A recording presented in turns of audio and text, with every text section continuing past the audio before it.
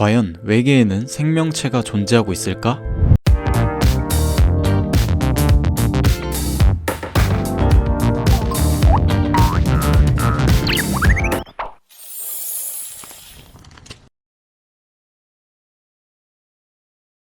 우리가 외계의 생명체를 궁금해하듯이 오래전부터 외계 생명체의 존재 가능성에 대해 추측해 왔습니다.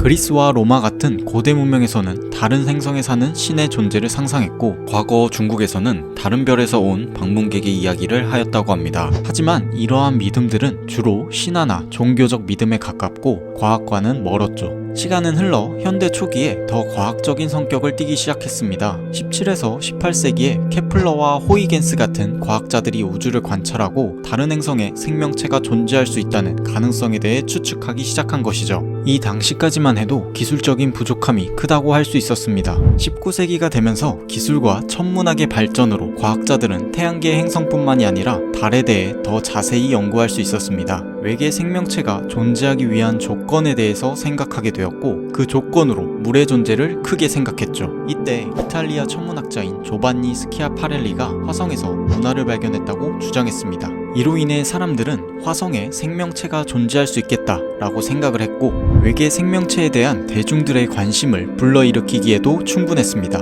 하지만 나중에 운하는 착시현상이라고 밝혀졌지만요. 관심은 계속 더해져 20세기가 되었고, 드디어 1961년 외계지능탐사회의에서 미국의 천문학자인 프랭크 드레이크라는 사람이 이것을 제시했습니다. 이것은 바로 인간과 교신이 가능한 지적인 외계 생명체의 수를 계산하는 방정식이었습니다. 일명 드레이크 방정식으로 그동안 이러한 외계 생명체에 대한 방정식이 없어 큰 이슈가 되었고, 유명 과학 커뮤니케이터인 칼 세이건 역시 이를 지지하여 대중들에게 큰 관심을 자극시켰습니다. 공식이 매우 어려워 보이지만 살펴보면 아주 간단합니다. n은 우리가 구하고자 하는 우리 은하 내에서 존재하는 교신 가능한 문명의 수입니다. 왼쪽부터 알스타는 우리 은하 내에서 1년 동안 탄생하는 항성의 수이고, FP는 탄생하는 항성이 행성을 가질 확률, NE는 항성에 속한 행성들 중 생명체가 살 수 있는 행성의 수, FL은 앞의 조건을 만족한 행성에서 생명체가 발생할 확률,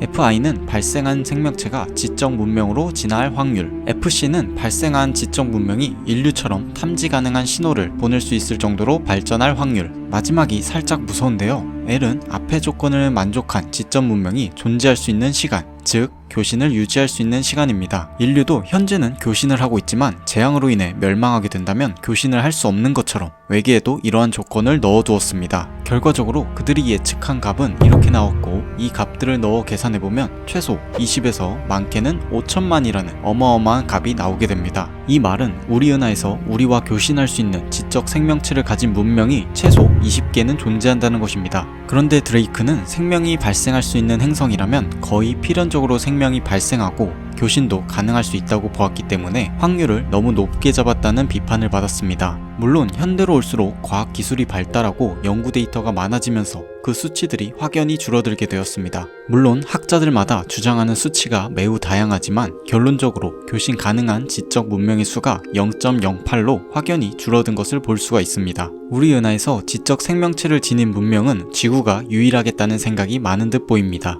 아직까지도 많이 회자가 되고 있는 드레이크 방정식이지만 고려되지 못한 부분이 많다는 문제점들이 존재합니다. 인류와 전혀 다른 방식의 생명체가 존재할 가능성, 환경 또한 전혀 다를 수 있고, 심지어 행성이 아닌 곳에서 탄생하는 생명체 등 많은 부분들이 고려되지 않았다고 할 수 있습니다. 번외로 이러한 방정식을 재밌게 이용하는 사례도 있는데, 영국 워릭대학교 수학 강사 피터 베커스는 여자친구가 3년 동안 생기지 않자 드레이크 방정식을 변형하여 자신에게 여자친구가 생길 확률을 구해 논문을 냈다고 합니다. 그는 영국에서 잠재적인 여자친구 수를 추정하기 위해 결혼을 안 했을 가능성, 적절한 연령, 교육, 가깝게 사는 여성, 매력적인 여성 등을 공식으로 만들어 적용하였고, 공식을 통해 외모, 키, 건강 등의 변수를 평균 이상으로 적용한다면 그 확률이 바로 소수점 아래로 떨어져 0.00034%라는 결과값을 구하게 됩니다. 결과적으로 한 나라에 한두 명이 있을까 말까 한다는 충격적인 결과가 나오게 되는데, 결론적으로 남자친구, 여자친구가 없는 좋은 핑계 하나가 생긴 것 같습니다. 여기까지 드레이크 방정식에 대해 중점적으로 다루어 보았습니다. 아직까지 결과가 과학적으로 확실하지 않을 수 있어 아쉽지만 앞으로 더 흥미로운 연구 결과들이 나올 옳지 않을까 싶어 기대하게 됩니다.